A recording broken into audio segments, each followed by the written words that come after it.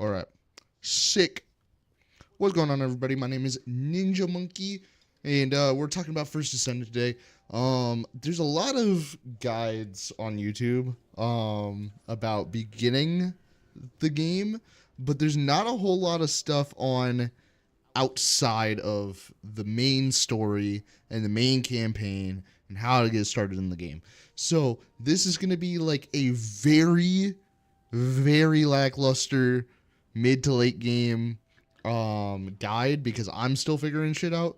But these hopefully this like stream or whatever will help you guys out with at least a few things and a few tips that I have. I've got about 80 hours into the game. Yes, I work for a living, so I don't have enough time to do a whole lot of grinding and do it as a main job. But nevertheless, I have almost 100 hours in this game, and I have pretty much almost all the achievements. Like, I'm literally just missing my hard mode stuff and using this stuff, which is actually what I'm doing right now. Essentially, I need a shit ton, like an absolute metric fuck ton of materials for energy activators, because I need one for my special ammo weapon, and I need one for my Valby build so I can get a shit ton of Kuiper, which hopefully I can like show you guys some of that as well. But regardless, which is actually one of the things that I wanted to go over right now, which is encrypted vaults. I just learned this not like more than 5 minutes ago. So apparently on energy activators and crystallization catalysts, you need to go after these encrypted vaults. There's base models, there's precision and ultra precision. They require you to have, let's see here, where was it? These code breakers. You need some amount of code breakers in order to do these successfully in the game, right? And one of the benefits that or something that you can do to increase your rate at this farm is by getting Enzo. So apparently Enzo has an efficiency with encrypted vaults. Don't ask me why, I don't know how, but they added it as a passive skill on him that he's good at these things. So if you want to be very successful at these, go after Enzo as quickly as possible, because he will help you out getting those harder materials that you have to grind for. Now, you can get these materials wherever. If I just go to the access info, we can go to conductive metallic foil is what you is the hard mode material that you need for energy activators. It says right here that you need Enzo for some of them. However, you can just do them normally and be perfectly fine. However, they also have these right here where you can get them from mission monsters and a bunch of other stuff. But if you really need your energy activators, encrypted vaults are the way to go. You need a shit ton of them. And so, I'm here to kind of like show you what I just learned about encrypted vaults. Shout out to Moxie. Sorry. Not good with YouTuber names. But Moxie is a very good YouTuber for this stuff, and he's going to help you out a ton when it comes to these things. So please go check him out. A lot of this information I got off of YouTube from a bunch of these YouTubers, but this is kind of like a comprehensive guide on a lot of things in the game. So in order to like find these, you can go online and you can find maps. The other way that I personally am doing right now is you can actually press your tab button on keyboard and mouse. I don't know what it is for controller. But basically your ESIV, I think is how you pronounce it.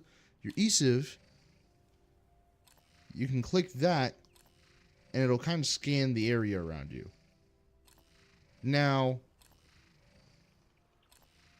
apparently it's not in this area, so let me go find one real quick.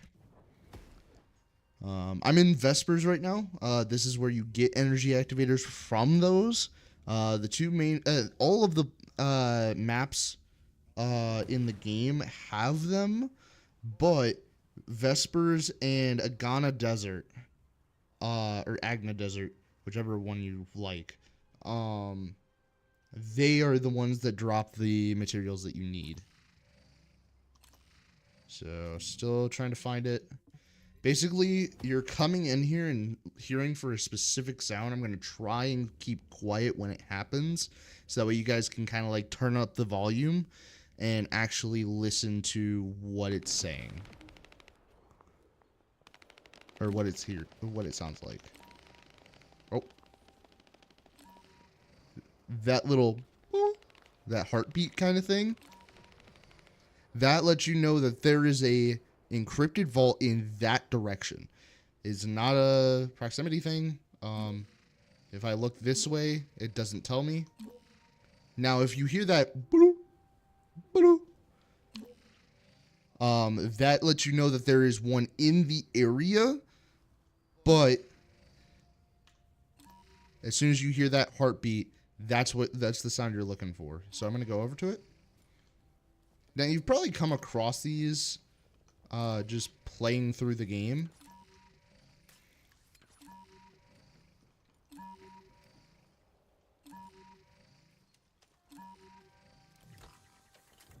Yeah, see, it's hidden in this tree. It's kind of hard to see it, but it's like this this kind of like capsule thing. And you use a code breaker on it. Now, you have to play this like mini game, right? You've probably seen this. It's kind of like a pop the lock kind of thing. This was just a base model, so I only got 5. However, the precise and ultra precise give you a shit ton. I've gotten like 12 out of one encrypted vault. So if you're really trying to get this material for energy activators, you need to do this. It gets you the materials 10 times faster. Which now I have enough conductive metallic foil that I can actually go do it. Now, another thing that I have learned about the game. Okay, hang on. Hang on, I gotta fucking murder some people.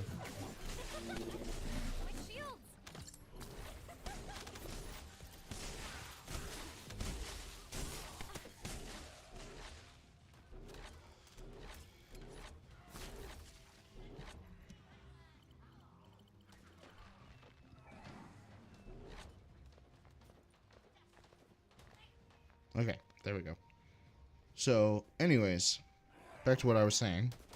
Another thing that I have learned about this game is anamorphic materials have different kinds per mission, right? So, what I'm specifically talking about is the reconnaissance missions. Let's see if I can find one. Yeah, right here. So these little question marks on the map that have this little ring around them, these are reconnaissance missions. They have a certain amount of time that you have to wait after you complete one in order to do it again.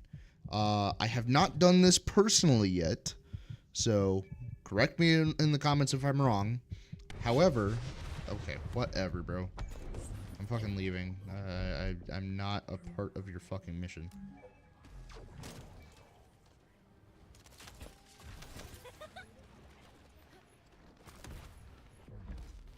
Okay, now I'm in a safe location. So, going back down here, these little question mark missions, these reconnaissance missions, have 2 separate ways that you can do it. One is guns blazing, which is what normal people will do, right? They will just come in here, they'll shoot some enemies, They'll get detected instantly, and you have to destroy each of the 3 or 4 targets, depending on which one you're doing. Now, at the bottom of this list of stuff that you get, it says additional rewards for successful infiltration. So you're supposed to be doing these stealthily, but not a whole lot of people are running Sharon specifically. Now, Sharon specifically has an ability that gives her Invis. I believe it's her 3rd. The Vulgus can't see me. No, 2nd. Why? Active camouflage hides herself, and no enemies can view her. Now, it has a duration of 4 seconds, which you can increase through mods. So there is a build out there.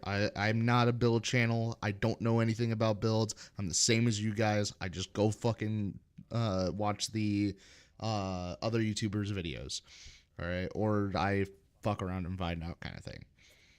However, you can increase the duration of this. If you're fast enough, you can actually go in there and scan each one of the 3 or 4 different silos that are in those reconnaissance missions that you usually just destroy with a gun, right? Now, the Invis allows you to do this stealthily so that we can actually scan the object and disable it or whatever, right? So she's the only character in the game that I know of right this second that can complete these. She's the only one that I know for a fact has a camouflage.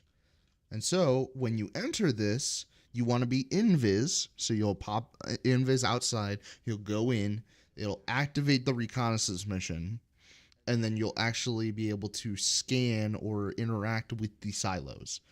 Those little circles on the ground in front of them. And once you have disabled all 3, I'm pretty sure that gives you the drop chance of this. I don't know if you still have to kill the boss or if just doing that completes the mission and you get to just like do whatever. However, you're going to be able to end up having this drop chance if you do even 1 successfully. And 4 seconds sounds like a very short time in this game, but I'm like 50% sure you can probably get 1 of them in 4 seconds. So even with Sharon's base model duration on her active camouflage can get you the materials out of this. Now, I'm pretty sure it's 1 for 5% and then all of them for the 25%. And then I'm not sure how they like split it, but I'm pretty sure it's like a 15% chance in order to if you get like 2 out of the 3 or 3 out of the 4. And so that's another thing that I have kind of like picked up on through some of these YouTubers' videos. And another thing that not a whole lot of people talk about when explaining this is that the normal version of this mission has a 0. So for this mission in particular, the lumberyard, it has anamorphic material 070. At the bottom here, it has anamorphic material pattern 071. This is the only way to get 071. So in order to get some of that increased drop chance for those ultimate parts or some of those weapon parts that you're trying to get in the game, you have to do these. And so you have to play as Sharon. So those are like the 2 characters that I'd say to try and grind once you finish the campaign is Enzo for the encrypted vaults and being able to do them easier, and then Sharon in order to be able to do the additional successful infiltrations. Now, Enzo requires you to go out and find all of his blueprints, then you have to build all of those, and then you have to build him. Sharon is a 20% drop chance for all 4 of her parts, including the code, from different missions. So as long as you do those missions, you'll actually get the drop of the part, and then you just go build her. And so she's a hell of a lot easier than Enzo is. So I would definitely suggest going after her first, because then you can get access to these anamorphics material patterns. You also get a 3.5% chance at getting a shape stabilizer for either one of the anamorphics material patterns. Now, they have a regular drop chance of 1.5. This is not going to be an additive percentage. It is a separate drop chance. So you have the possibility of getting 2 shape stabilizer form 3s and a 70 and a 71. You have the initial drop chance of the 70 and the initial form 3 and the other 2 if you do successful infiltration. So it is literally just free loot that nobody's trying to go for because they're not using Sharon. Now, I will say doing this on a public lobby is a little bit more difficult. So what you can do is you can just come up here to public and click it, and you are able to switch it to a private. I'm in a public right now, so I can't do that. So what you do is you go back to Albion, and then you're able to load into the map as a private server. And so that's how you're able to kind of like do these things on your own. Because if you're doing them stealthily, you're not going to be getting attacked a whole lot, so you don't need a whole lot of help from teammates. And so that's another thing that I wanted to cover. Another thing that I wanted to cover is mods, because modules is how we actually do literally anything in the game.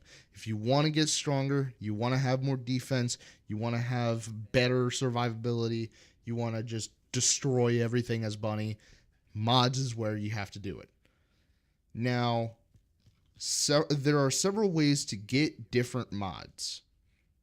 And there's a lot of different mods that can do the same thing as your other mods, but better.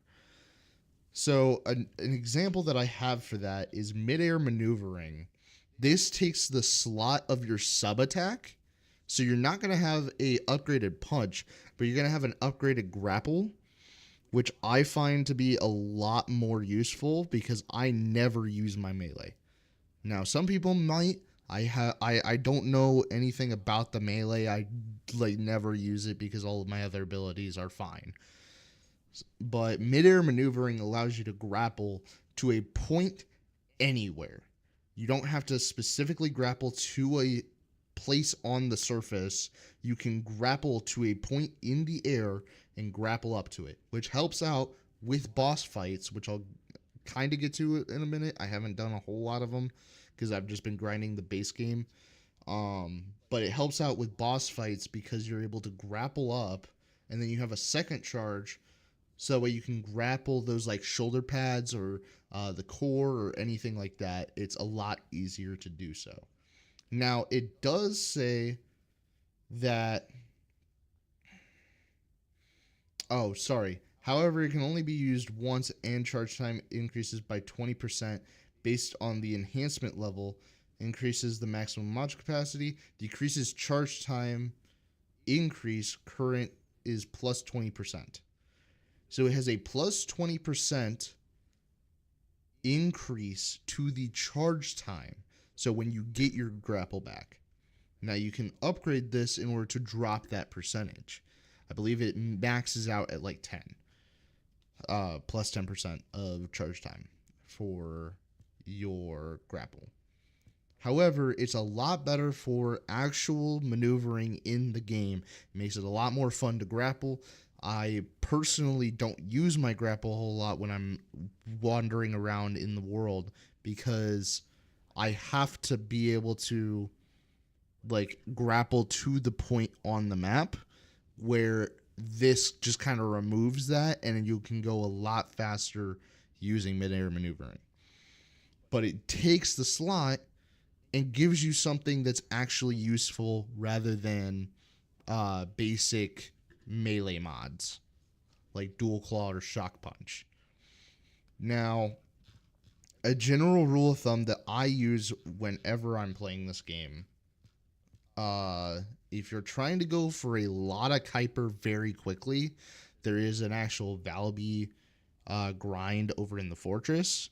I'll show you guys real quick where it's at, just so that way you guys know where it is.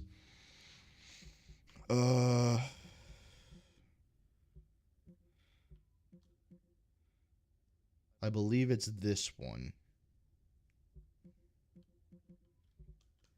It might be this one, actually. Now that I'm thinking about it. It's one of these two. I can't remember which one, but it's one of these two. You do it on hard mode, so you can get a lot more Kuiper, a lot more XP, a lot better mods. It just genuinely gives you more if you do it in hard mode. And it's going to be a lot harder for people who just got the campaign done, but trust me, just play on hard mode the entire time that you're playing.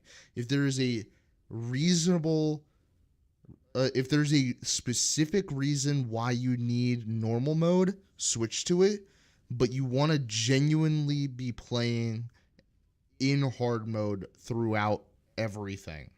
It gives you a lot more for doing a lot less. The only time I'd say that it's more worth it to do normal mode over hard mode is if you're doing operations. You have the option to do, let's see here, where is it? There's an actual operation somewhere. There it is. Yeah, these duties of the descendant that take 20 minutes. If you go to these, they have like the little like modifiers on the right and all this other stuff. And it has 3 different things that can drop from the mission at a certain percentage chance based on how many points you get. It's cool, but you can get the same resources, same materials. The only thing that's different is the anamorphics material. So if you're going for those, go a hard mode. If you're not going for the anamorphics materials in those missions, do it on normal. It's a lot faster. You'll get it done quicker. You don't have to worry about killing every single enemy in the game. You don't have to worry about losing points as much. You can just play the game, and it gets a lot better. So that's the only time that I'd say normal mode is more worth it, is if you have a specific reason or you're doing operations. So with that out of the way, regardless, Valby has a very good grind spot for Kuiper at this one or this one. Again, I'm not entirely sure which one. Just spawn into them on hard mode. You should see a shit ton of Valbys there. I'm telling you. There's going to be at least one Valby at that spot, whichever one it is. But basically, as Valby, you want to have MP collector, just so that way you can keep your abilities looping throughout it. You're basically going to use her third ability and just travel on the outside of the ring, so that way it doesn't hurt the boss, but it will kill all the enemies that spawn around the boss. Basically, you want to get rid of the 3 or 4 silos that are there that will spawn the boss. This boss spawn spawns 10 times more enemies than the base like event, like the initial start of the event. You'll get a lot more enemies and a lot more Kuiper if you do it. You basically just circle around that like for 5 minutes at a time, and you basically just pop your 3 whenever you have it. And so if you have like 4 Valbys there, you're going to have a completed ring the entire time, and it's going to go through a lot more enemies a lot more quicker. A lot quicker. There we go. And so you'll get a lot of Kuiper that way. A different way that you can do it, which is what I have been doing because of the fact that I don't have a whole lot of my energy activators right now, is going to Albion and coming to the to Sillin, I believe is how you pronounce it. He's the module guy. You go there to enhance your mods, dismantle, or combine. My rule of thumb when it comes to him is purple or blues. You delete them through the dismantle. You dismantle all of your duplicate copies of purple and blue mods, and then you go to combine mods, and if you have 4 duplicate yellows or reds, then you combine them to get a different one. Usually, not always, but usually it will be the same tier or one above what the tier is. So your yellow mods will have like a small percent chance to become a red, and then all of your reds will pretty much stay at red level. So if you have 4 different red mods and you're just like, you don't need that many duplicate mods, you can just toss them into the combine feature and get yourself a different red mod that maybe you've been grinding for a while and just haven't been able to drop. So that's kind of like where I kind of like draw the line of like which one should you combine versus dismantle, because you can get a lot of the purple and blue mods just by grinding the game, and so it's not a whole lot. It's not really worth it in my opinion to combine them, even though they are your main source of mods that are going to be duplicates. You're going to have a lot more benefit to combining ultimates and transcendent mods instead of the legendary and rares. And so that's kind of like where I draw the line with mods. Let's see here.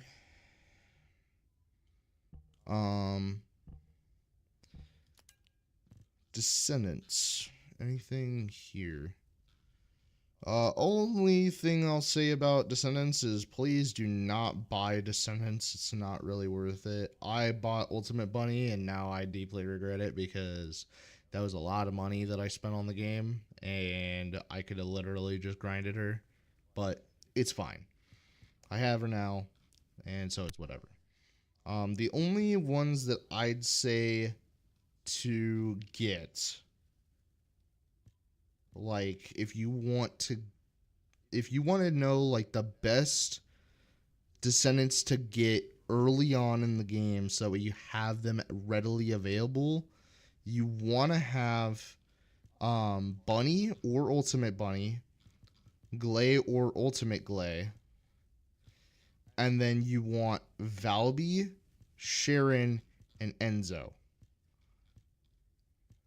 Sharon, Valby, and Enzo are going to be your 3 main people that you're grinding for specific stuff with. Bunny is going to be your basic mobbing and grinding the game. It's also the main source of XP farming. So a very good XP farm that I've found online. Can't remember who I got the video off of, but over here in the Fallen Arc, there are these 2 waypoints. Use this one when you're getting to the Void Fragment over here. Go here if you need to switch Descendants or weapons. Or Descendants, sorry. You can switch weapons whenever you want, but you have to go to an Outpost or Albion in order to switch your Descendant. And so if you have a good team that's actually burning through the Void Shard or the Void Fragment very quickly, just come to the Outpost. You'll remain in the lobby, and you just swap your Descendant whenever you need to, and then you just come back to here, and then you shoot an. So the way the farm works, I can actually show you guys this because it's not too terribly difficult.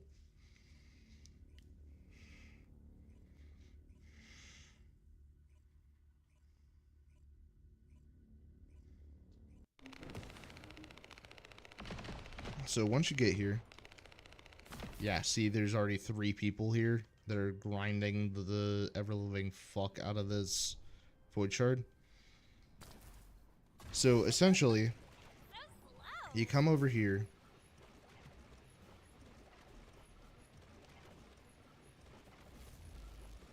and now you're here. Now when the Void Shard gets activated, you just need to, if you're not Bunny, if you're any Descendant other than Bunny. Okay, well, these guys are absolutely destroying. Okay, there we go. So essentially, basically, all you need to do if you're not Bunny is like come over to here, because this is the first area that spawns enemies. So basically, this is going to be your starting point. If you're not Bunny, you literally aim here. As soon as you see this, the little orb pop up, the red thing, which should be happening soon. Yeah, this thing, you just spray across your screen, and hopefully you get an enemy. You'll now have joined the activity, and you just sit back. If you're Bunny, you don't have that luxury. See, Bunny is going to be your main source of actually completing this mission. If you don't have a Bunny here, it doesn't really work. You can do it with Sharon, but Bunny is going to basically fry every single enemy that's inside of this area. They spawn here and right over here.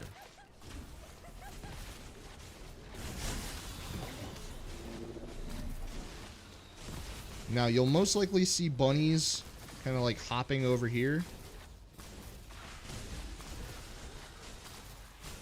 And this is kind of like if you have a lot of ability range, you kind of just sit here and you jump up and down, which counts as your like 6 meters traveled or whatever it is. So her third ability goes based off of like, are you like how far have you moved?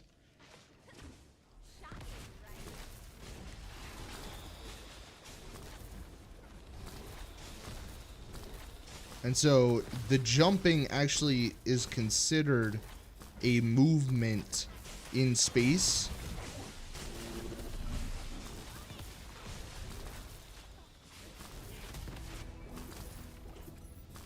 And so as long as you're moving in space and time, you'll actually be activating your third ability. So you just jump up and down, which landing after a double jump will give you that little aura around you, so you're protected. And then your big aura from your third ability will activate after that.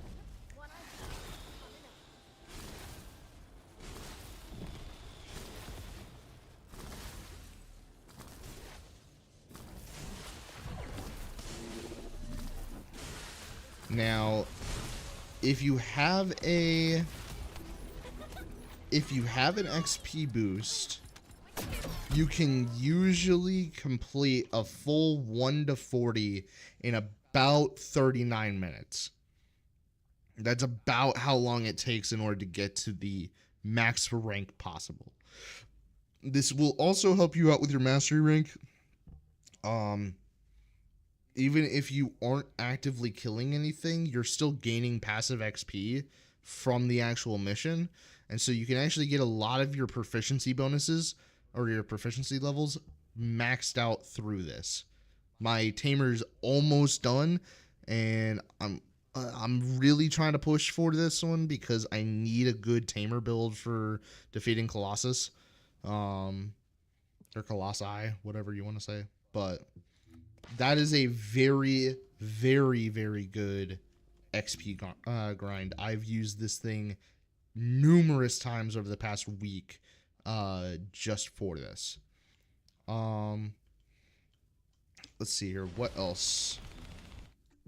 Yeah, we went over descendants on which ones to like try and get.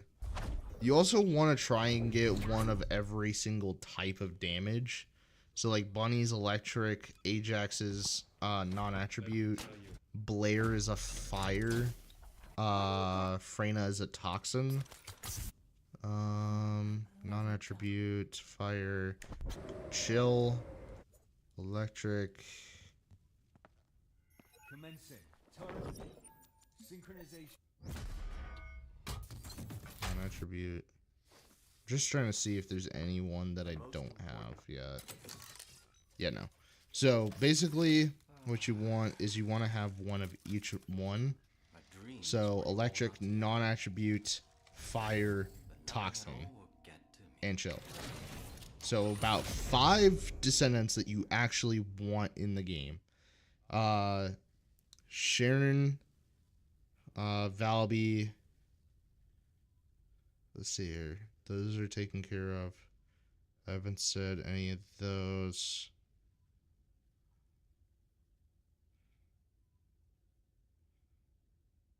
Enzo's a non-attribute. Yeah, so basically, if you get those 5 descendants that I told you about earlier, you'll only be taking care of 2 of those. So you need to come up with one for chill, fire, and toxin. Once you figure those out, then the rest is kind of easy. As far as I know, Freyna is the only one that's a toxic.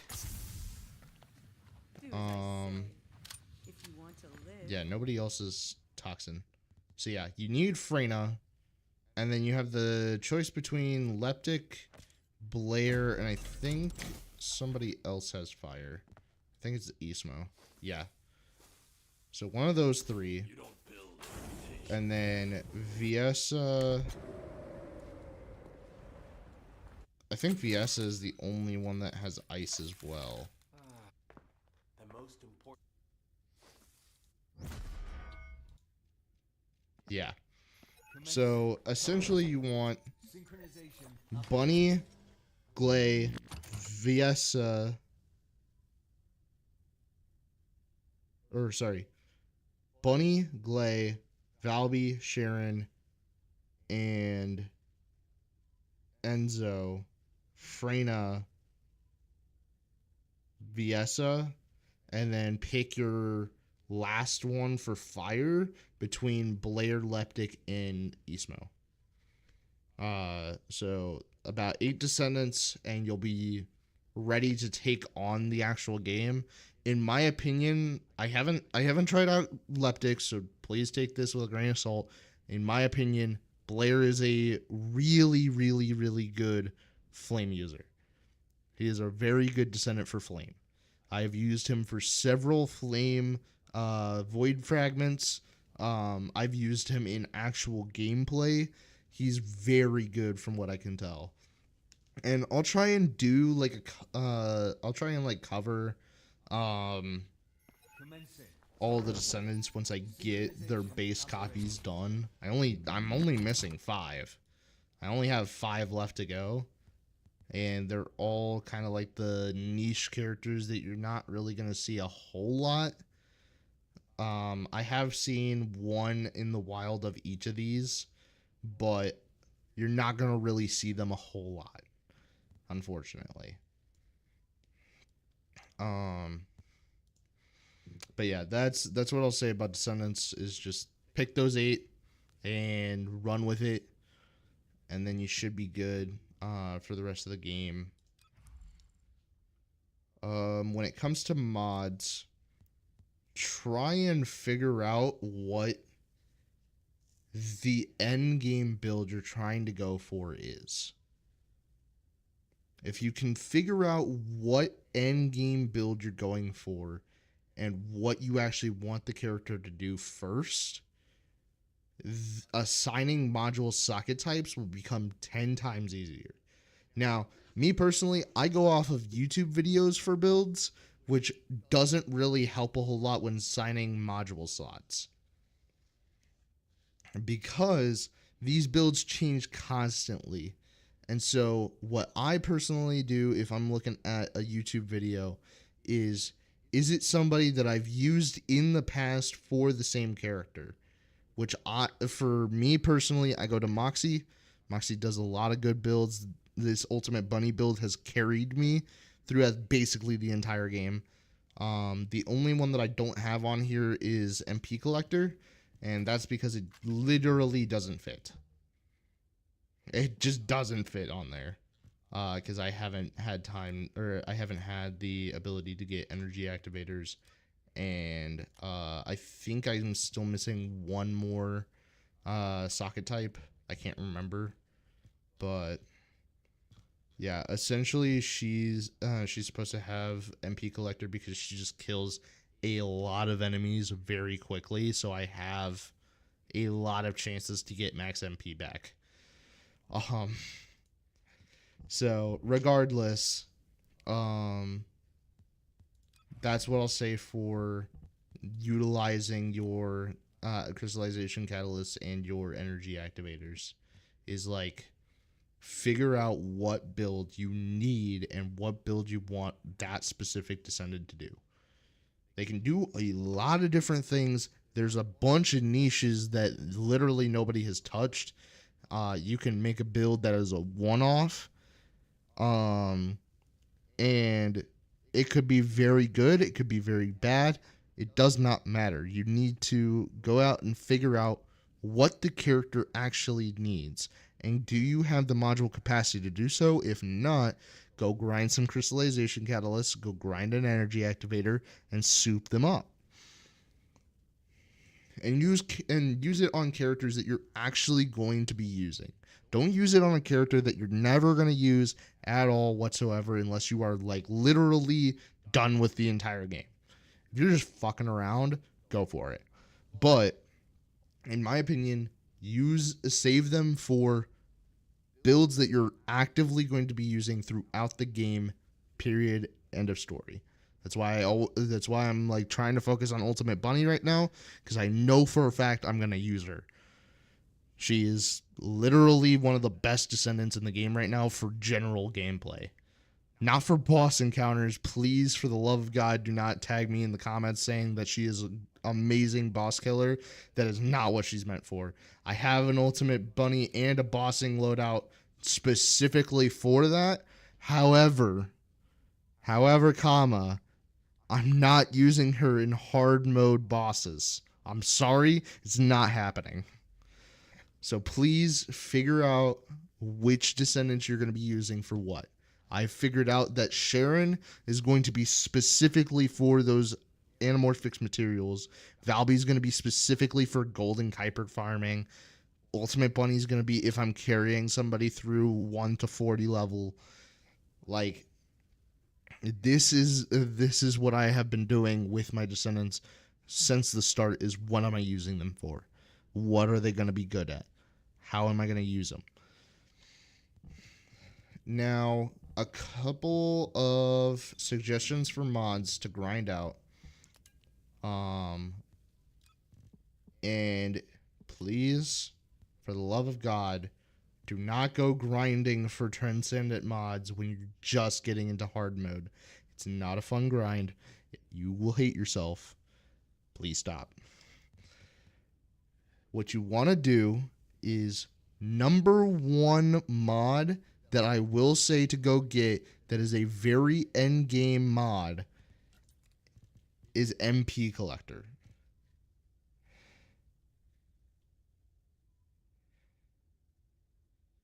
MP Collector. MP Collector gives you a 4% chance to get 12.2% of your max MP back after defeating an enemy. So every single enemy you kill has a 4% chance to give you 12% of your MP back. And so, with Bunny, you can just pop your third ability, pop your second ability, go around a defense point, kill a shit ton of enemies, and you'll be at max MP without having to pick up anything. It is one of the best mods in the game currently for ability spammers. Now, if you're a tank like Ajax, where you just need to defend a point, you don't need a whole lot of MP, you're not cycling through his abilities a whole lot, you're just doing main boss DPS with defending a point, this isn't going to be as useful. Now, this is where I switch into what you should be grinding for after you get MP Collector, which the earliest point you can get it in, as far as I know, is White Knight Gulch. So if you're not there yet, go to there first. And if you cannot get it, I get it, it's a very low drop chance. If you can't get it, come back later. Once you unlock hard mode, it becomes a 5% chance instead of a 3.5. Trust me, you'll love your life after that. Come over to rare mods, right? These are going to be like your ones and twos of genuine power in your build. Ultimate mods can give you, like, my rule of thumb is use as many blue mods as you can. Toss like 1, maybe 2, possibly 3 purples, but you're pushing it a little bit there. and then 1 at max ultimate mod. Just due to mod capacity and the way that we have to deal with these things, you want to get the purple mods as low as you can, but still achieving your goal, and then picking that 1 ultimate mod that you can. The ultimate mod slot can be taken up by a transcendent mod, but in my opinion, it is not worth it to run a transcendent mod and an ultimate mod. It doesn't work too well. I can't figure out any good builds with them, except maybe Bunny if you really, really need it. Now, these purple mods have a lot of benefits to them. One that I'm personally using right now is maximum efficiency. So your skill cost goes down, but your max MP goes down, which we don't care about that. Secondly, we have the master mods.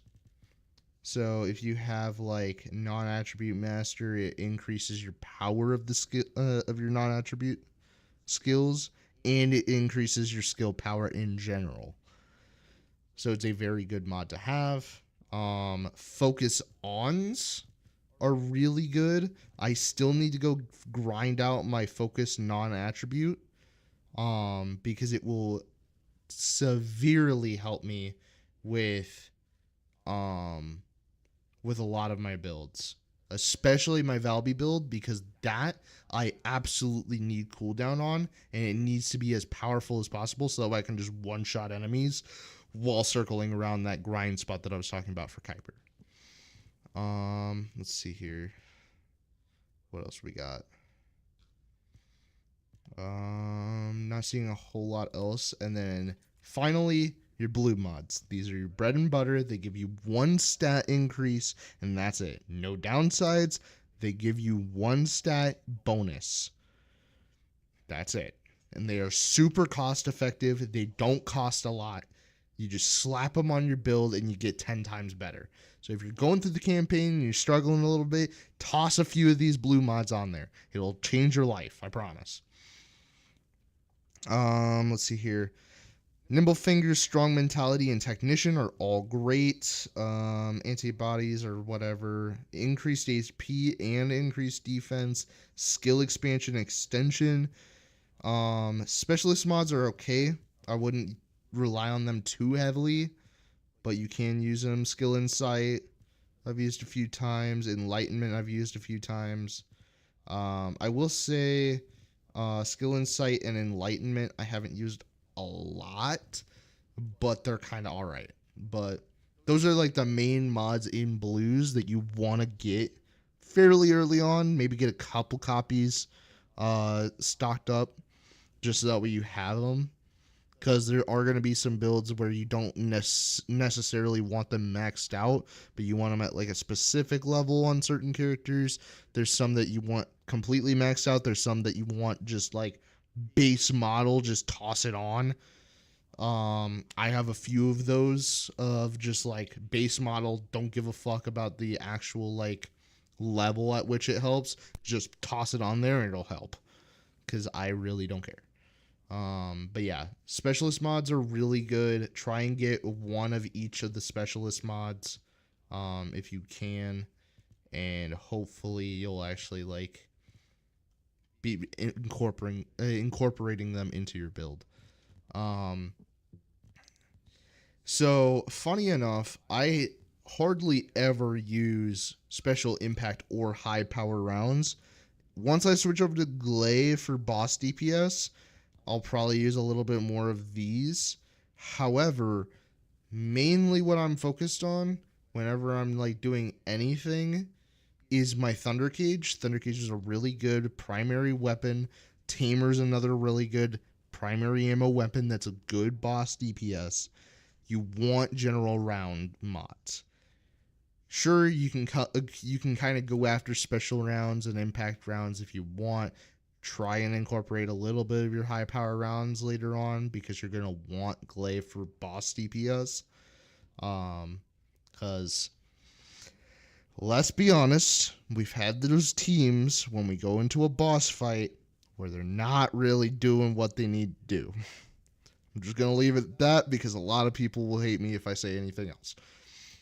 Regardless, try and incorporate some of these, but I wouldn't mainly focus on these unless you're going for a very specific build. Unless you're going for like a specific weapon build that you absolutely need in order to do something, usually you're fine tossing on Thunder Cage and Tamer, and you'll basically just destroy the entire game, and you only need general rounds for those. I have Nestor's Devotion, so I have a little bit of impact round stuff going on. Usually what I'll do, yeah, I should probably explain that. So this, I have an actual specific build going on for it. I still need to go finish it. I haven't done a whole lot with it. But I have my Tamer, I have my Thunder Cage, and then I have my Nestor's Devotion, which is kind of that just like middle ground, like that extra ammo type in your build just in case you run out of ammo. Because we've all been there when you're using your Thunder Cage or you're using your Tamer and you completely run out of ammo and it says insufficient rounds. And so you're like, fuck. And so you have to switch to a different ammo type in order to be able to actually continue the mission. Otherwise, you have to go around and start beating people up with just your fists, and it's a very big pain in the ass. Also, who the fuck is shooting me? Stop your bitch ass. Okay. Well, I'm leaving. Goodbye. That's kind of funny. Okay, now I'm in a safe location again.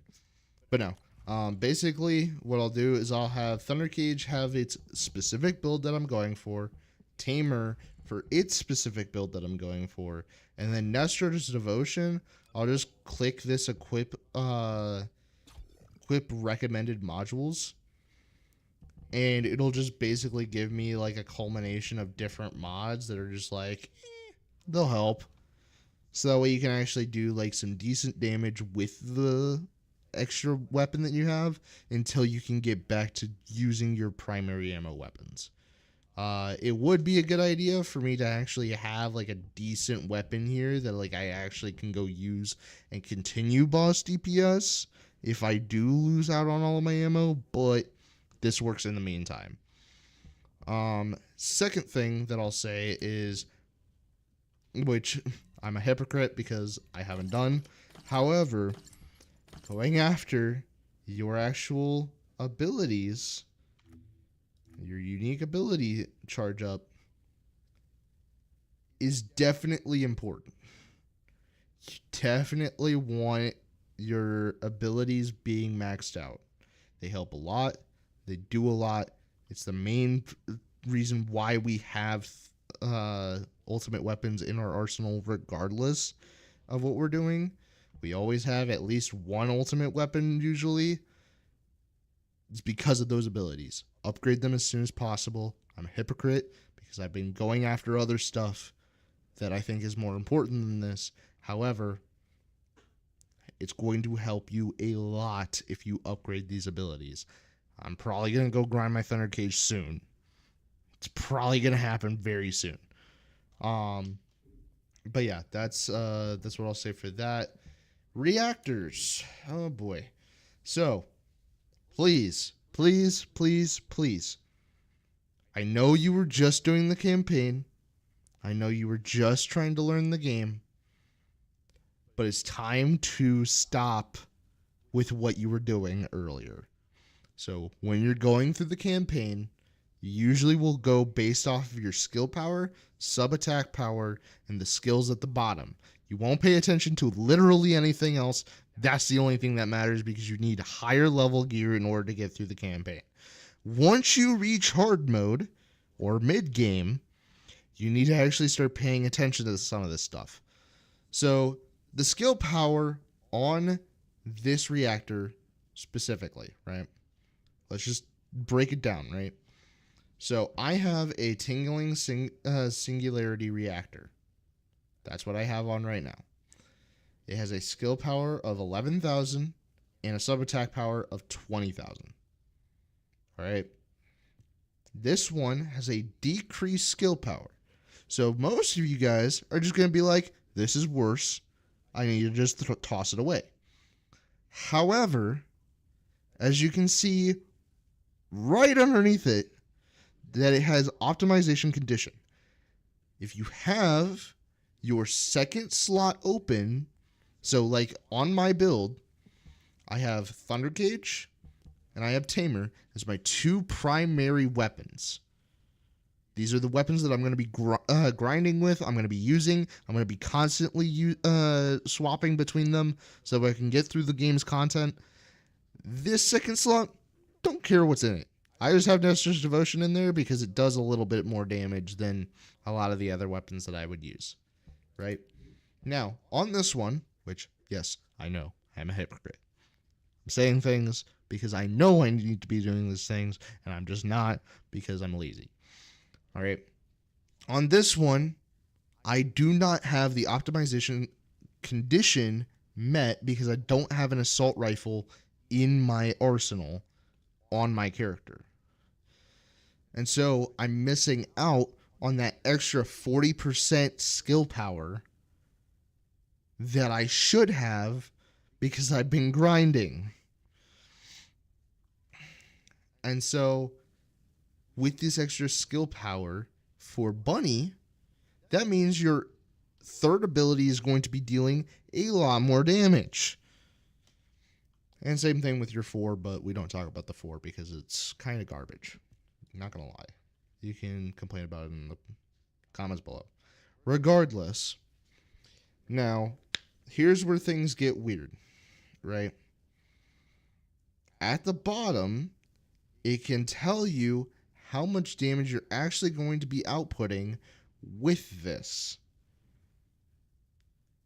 So, with this materialized phase reactor, I don't have the other two checkmark boxes at the bottom, right? So what the optimization condition is doing is it's increasing all of my skills.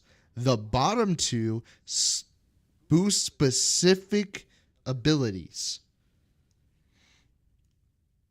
So, since this one I have electric skill boost and singular boost, my electric skill power will increase my damage by 0.2 times. That's what that means, is it's increasing the power of all electric skills. Then the singular skill, which is my second and third ability on Bunny, increases it another 0.2 times. So it's getting double the actual strength of the skill power. Now, what I can do is I can come over here.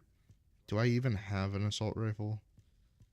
I don't have an assault rifle. Well, regardless, if I had an assault rifle in that second slot where my Nestor's Devotion is, I can have that give me my extra 40% skill power, and my entire ability looping would have more skill power. Now, another thing to pay attention to is the bottom two boxes at the very bottom of the page. Those two extra tick marks, or those two extra modifiers, they actually do matter once you get to endgame. I would say they're kind of a little bit like meh in the middle of the game, but once you get to late game, you kind of want to start getting that like really fine-tuned build, get that actual like nitty-gritties down to a T, and actually having a good build. So for me, that would be replacing this entire reactor with an ultimate that uses Thunder Cage as my main optimization condition, so I can have 2 extra weapon slots that don't need to be taken up by an extra weapon, so I can use Thunder Cage. Secondly, I want this electric skill, singular skill on there as well, and then I want like skill cost or MP in regen, something with like electric electric power or skill cost or MP gain. So that way I can keep that ability up. Maybe ability duration if you really can find it. So as far as I know for right now, tingling singularity reactors are the best for Bunny. There's probably a bunch of them that are like really good for the other characters.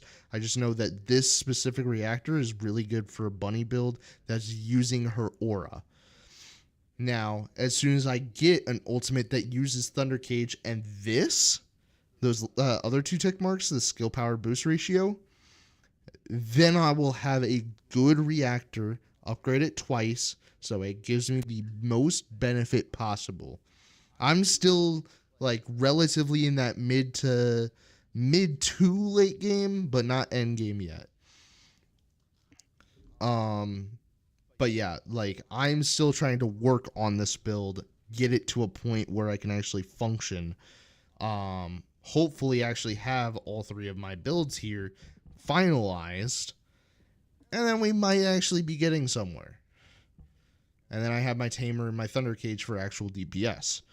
Also, probably want to have my Thunder Cage maxed out on Overcharge. That would be probably very beneficial. Also, having some actual decent modifiers on my Thunder Cage. Yes, I know what you're going to say in the comments because I've wanted to say them in the comments on other YouTube videos.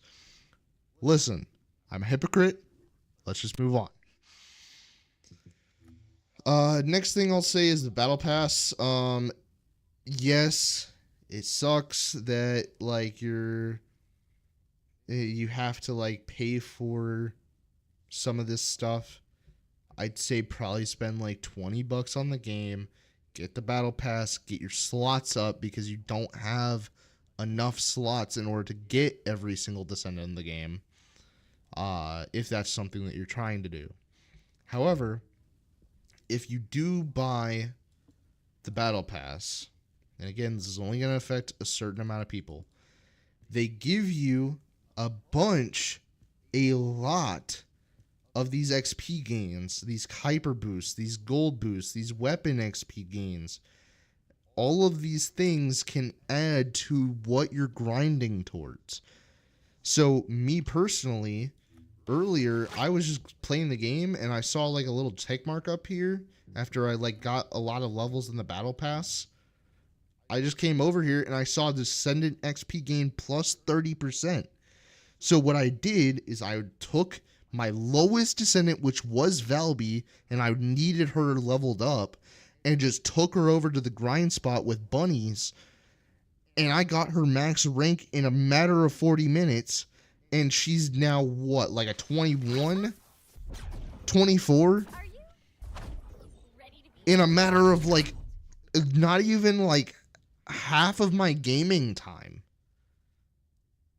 I get home around like maybe 5 o'clock, something like that, and I go to bed at 9. That's 4 hours that I have to game, chillax, watch a movie, like just de-stress and decompress from work.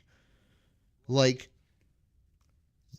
taking benefit of these boosts from the Battle Pass or wherever you get them from, maybe you bought them specifically, taking advantage of those early and actually taking in every single last thing that you can squeeze out of these things will help you a lot in the long run when you're like, man, I gotta grind all of this.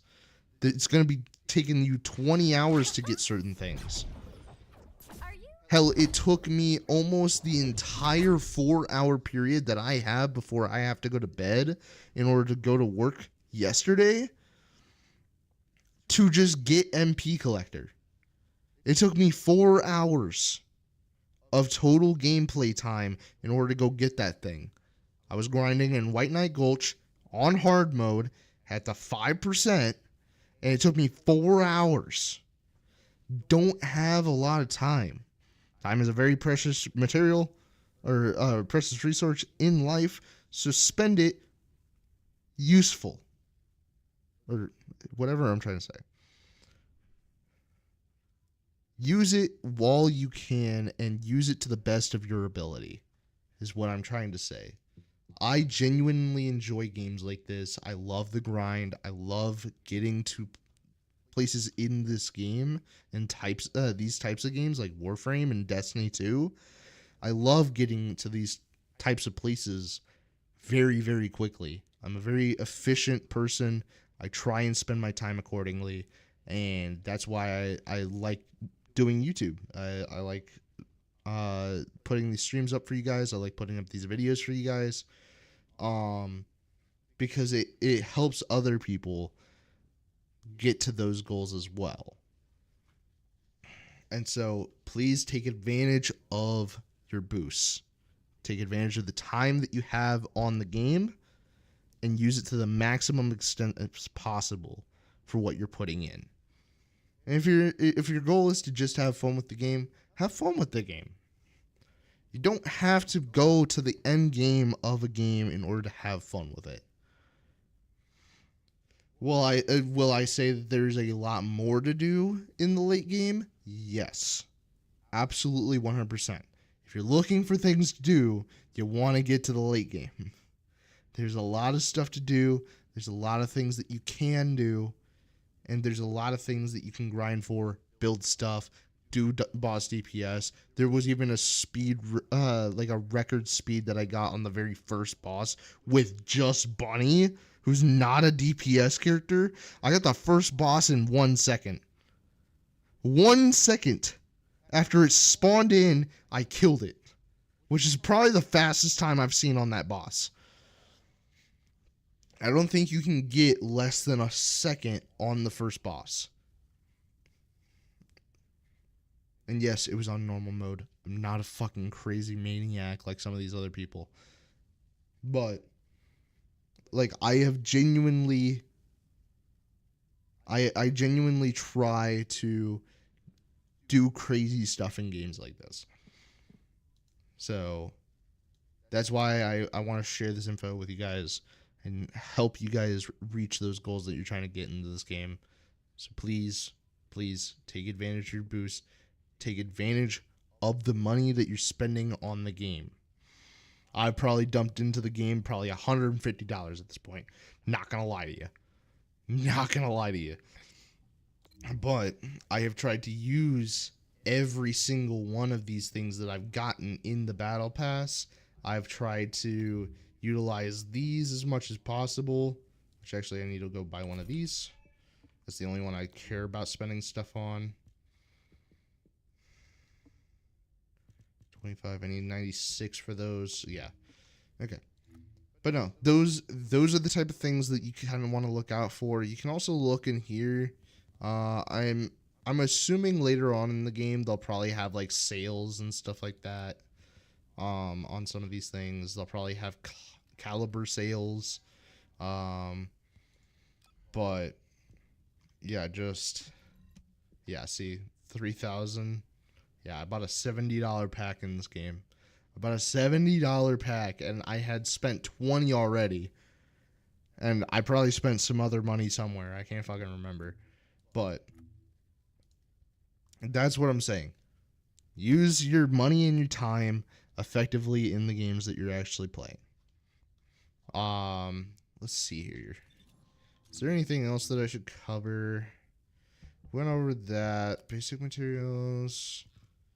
You can also track items. I'm pretty sure most of you guys already know how to use that. Acquisition info. I'm pretty sure you guys already know how to do those. Core materials. You know where to find them. External materials or external components. I'm gonna say this right now, right? If you have the ability to do so, go for the four of a kind. However, is not the end of the world to use stuff outside of your set. I'm pretty sure the Supernova set that I'm trying to go after, I only want the processor and the memory for it. Supernova processor. Yeah, defense. Defense. And then this one was max shield and max shield, which I don't want on Bunny. I hate shields in this game. They're kind of dog shit. So I'm trying to figure out some other ones that I can toss in there. I kind of want 2 max HP. So probably Polar Knight. Max HP, yeah. So I'll probably do 2 of the, I'll probably do these 2 of the Supernova set. And then I'll probably do these 2 of the Frost set. Access info. Modules we went over. Enhancement materials. I can touch on this a little bit. This is for reforging your weapons. So the modifiers that you have at the bottom of your weapons, and like reactors and all that other stuff, these control your weapon modifiers. They don't I don't think you can do anything for the external components and reactors, but these ones will update your it'll be for your weapon readjustment, so that way you can get better modifiers in your weapons. You actually have to go out and grind multiple of those external components and reactors to get the exact roll you want. However, this will help you with your weapons. These precise ion accelerators, these are literally only used to upgrade your reactor. You don't need a whole lot of them. Get like maybe 10 of the purples and maybe 20 of the blues. That's like about all you're going to need, because you're going to only like want to use 1 descendant at max, maybe 2. Like if you're using your other ones, like I was talking about with Valby and Sharon, you're only going to use them for very specific situations, so you don't need a very detailed build for them. It's nice to have a detailed build for them, but you don't need it.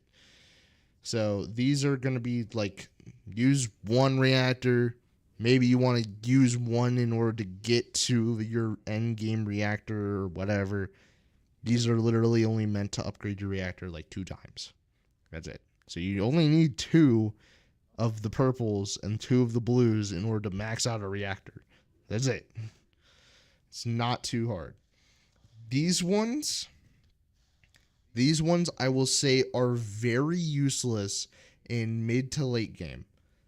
Or sorry, they are very useless late game. Now, precision phase exchangers you're going to need if you're swapping between a lot of new ultimate weapons. So if you just picked up an ultimate weapon, it's going to drop at 1 level. So you go grind a mission on Kingston, you get a level 100 weapon, you come back to a weapon bench, and you use a precision phase exchanger in order to infuse the level onto that weapon. Once that happens, nothing else matters. You don't need these. I think these are the 2 most useless items in the game. Genuinely. And then obviously we have the energy activation crystallization catalyst. We talked about that earlier. Descendants. We talked about those a lot. Ultimates are... The only thing I'm going to say about ultimates is they are worth it. I'm not going to say that they're not. However, anything that you can do with an ultimate can be done by a normal descendant.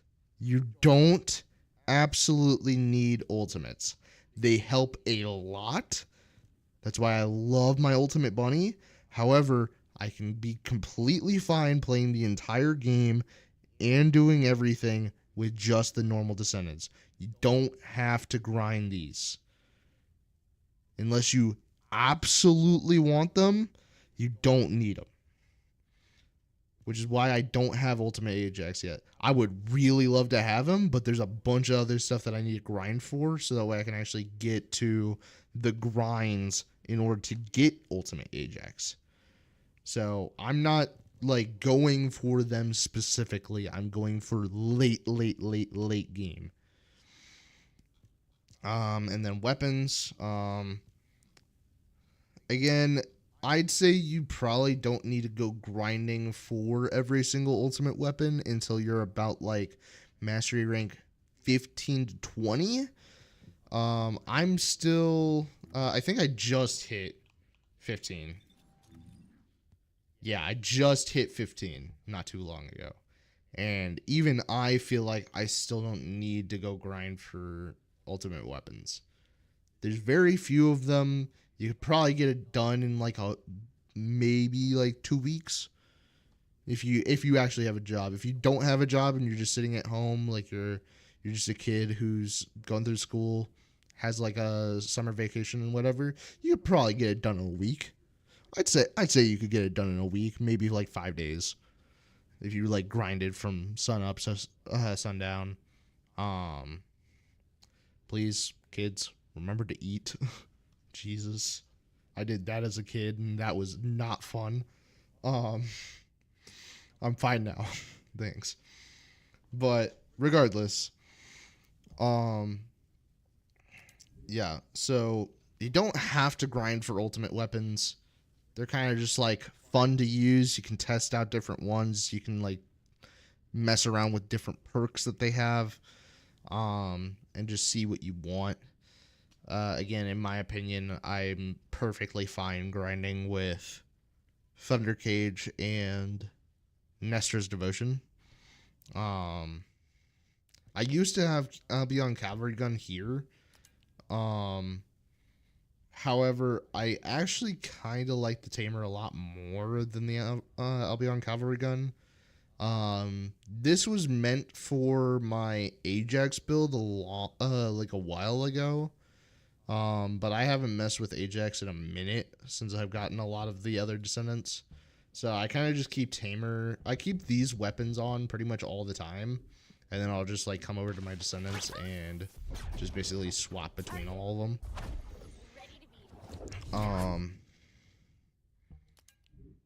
But yeah. That's pretty much it. Um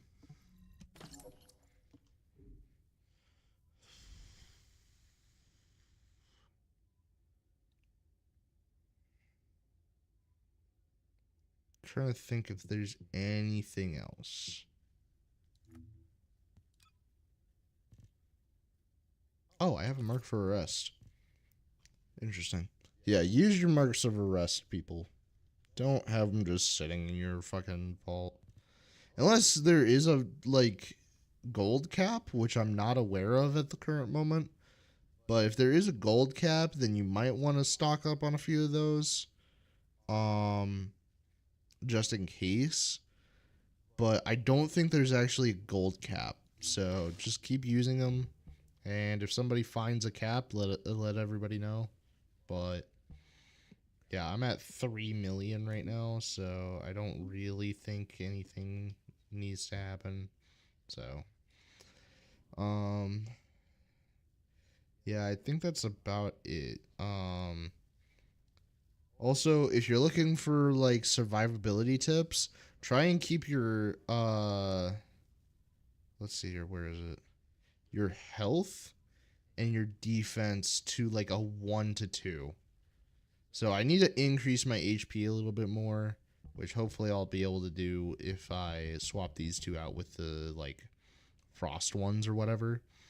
But you want this like relatively at a 2 to 1 ratio of 2 defense to 1 HP.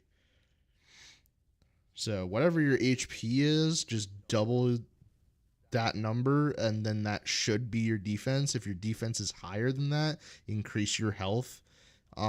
If it's lower than that, increase your defense. So you know what kind of like which one you need to focus on. Those are the two important stats for survivability. And then toss in some like MP recovery stuff for all of those like heavy spam ability builds. If you need to spam your abilities, get a bunch of MP recovery. You don't need a whole lot of max MP. It kind of helps to have some banked. But as long as you're like consuming less than you're getting MP wise, then you should be fine. But yeah, that's essentially about it. I don't think there's anything else Purchase slot. Equipment slot. Oh, okay, yeah. I know what that is. Um, Are you ready to be shocked? I do recommend if you want to stay ahead of the game, since this is going to be heavily updated, try and get all your descendants, try and get all the ultimate weapons. I wouldn't say try and get every single mod, like it would help, but I'd say probably just like get all the descendants and ultimate weapons. You don't have to grind the ultimate descendants. But if you have all of your descendants and all of your ultimate weapons, try and go for the ultimate descendants because we're getting ultimate Valby and then a new descendant next season, which I believe is happening in 40 days. 36 days. Yeah, so we have 36 days until the next huge update comes out. So try and get your descendants and your ultimate weapons done. After that, maybe dabble a little bit into like the late game of like getting the ultimate descendants. But yeah, as soon as the next battle pass comes out, I'm buying it. So yeah. Like I'm missing 6, 16, 22. I'm missing 22 levels in order to be maxed out of the battle pass this season. At some point I want to try and get like all the stuff here. I'm not sure how to get this. So if you know how to get supply coins, please let me know. I'd like to get all of the stuff in the battle supply shop, but just let me know so I can like go out there and get this stuff. But yeah, try and get I'd say like if you really want to stay ahead of the curve on this game, try and get your descendants and your ultimate weapons done. And I'd say after you get, if you have time before the next season, after you get the ultimate descendants, if you have literally every single descendant and every single ultimate weapon in the game, try and max your ultimate weapons. Like not proficiency, but their ability. So try and get like 5 of every single ultimate weapon, so that way you can max out the skill. And then if you're a super fast grinder and are very lucky and you have all that stuff done, then try and max level all of the descendants. That's what I'd say you probably want to do if you're trying to stay ahead of the game and you want to be able to focus only on the new content once it comes out. Let's see here. I think that is genuinely everything. Oh, that's kind of cool. I actually kind of like that. Okay. Isn't that literally... Oh, okay. You do get some other stuff, and you get the Descendants Light. Oh, okay. Interesting.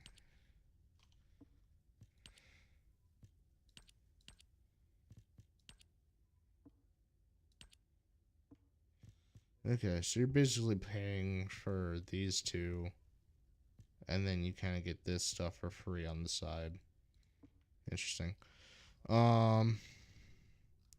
Yeah, just kind of like showing you guys what I've spent money on. Yeah. Essentially what I did is I went to Ultimate Descendant. I bought this one. No. Okay, thank God. I was about to lose my mind, dude, if it was on sale for 50 fucking caliber. That was gonna destroy me. Okay. But no, I bought the Ultimate Bunny bundle normal. I didn't buy this one. It was too much. I bought Leptic Viasa, Blair, Glay, and I think that's it. Yeah, I think I bought 4 descendants and that's it. And then after that, I went and bought the evolved skin, battle pass, and then I bought, let's see here. Yeah, so I bought the battle pass and 9 extra slots originally for the descendants because you needed 9 extra slots from the 10 that you're given in order to get the rest of the descendants. Now, the problem right now that I was like slightly mad about but not mad about anymore, which actually I probably need to add like one more slot to that because we're getting ultimate Valby and a normal descendant next season, so should probably get 21, but it's whatever.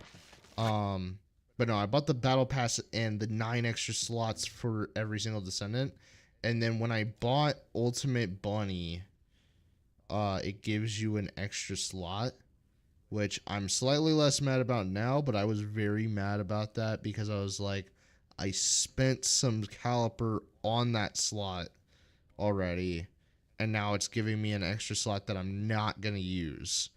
But now that we actually are getting some other descendants, I'm less mad about it. Then before that, I bought this because I wanted some really cool skins for Bunny. And then after that, I bought these guys. And it was really funny too because I told my buddy, I turned off my share screen on Discord, and I told my buddy to pick pick 1 or 2, and he picked 2. And I really wanted Ultimate Ajax, but I'm very happy that I have Ultimate Bunny because she makes so many things easier. It's so great. Love it.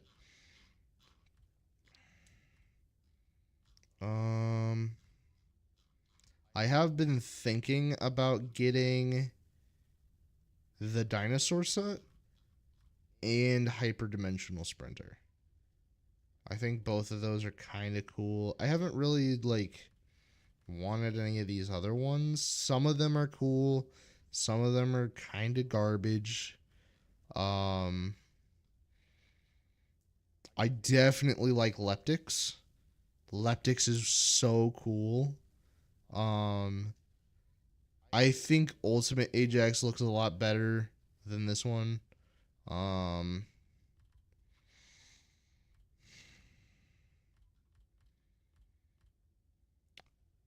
Some of the people in my friend group really like Hyles. And that's about it. I do like Valby's Midnight Waves. I think it looks a lot more like a actual like scuba gear since she is like the water descendant. So I think it makes a lot more sense for her. I look at things a lot more logically than others. Other people like stuff because it looks cool. But yeah, that's essentially all I spent the money. Where all my money went. But again, if you guys are choosing to do free to play, you can do the entire game free to play. You're not gonna have some cosmetics, but like generally, like you're gonna have the same experience as everybody else. Like, there's not a whole lot of pay to win content in the game. Like, you could classify the ultimates as pay to win, but I genuinely don't think that buying a descendant is a pay to win because you still have to upgrade it, you still have to level it up, you still have to learn the descendant if you're buying a different one that you haven't played before. You have to go out and grind mods. You have to go grind specific reactors, specific weapons. You have to you actually have to do stuff with the descendants. It just cuts out a lot of the grinding time to get said product, which to some people the grind is the game, and to other people actually playing the game is the actual game. But I digress because I am a very heavy grind person. So did that for what you will. Um but yeah, I think as long as you I think that's about all I have for right now. I'll have a more comprehensive guide and a lot shorter of a guide, hopefully, because I've been going at this for an hour and a half now. So, um, but yeah, there is going to be updates to this stuff. The developers are going to change some things because they don't like certain things the way they are. There's going to be updates. There's going to be new stuff that comes out. So, pay attention to again, I'm not like sponsored by him or anything, but Moxie really genuinely helps when you're trying to learn new information on this game. So please go check out his videos. Check out my stuff. I plan on trying to get at least one video every week, or every some kind of content every single week. And I know I've said that in the past. I'm gonna try to stick to it. If I can't, I apologize. However, I'm going to try and stay to once a week for now, possibly moving it up to like multiple times a week. But I just want to try and get like those repetitions in of like actually streaming and actually doing this stuff and talking to you guys, so we can actually like grow as a community. So that's all I got for you guys.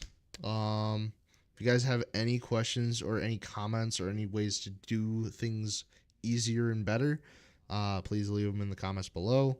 If you guys find new grinds, put it in the comments and link the YouTube video.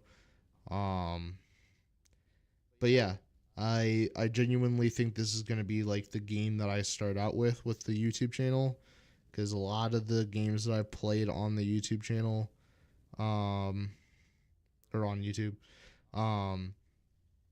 have been played by a lot of other streamers, a lot of other YouTubers, and so this is like a brand new game that I can get behind, that I actually enjoy.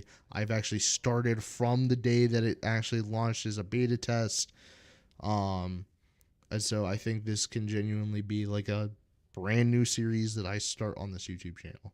So I really hope you guys actually enjoy this game like I do, and hopefully we can actually like go out and do some fun stuff. But yeah, that is all I got for you guys today.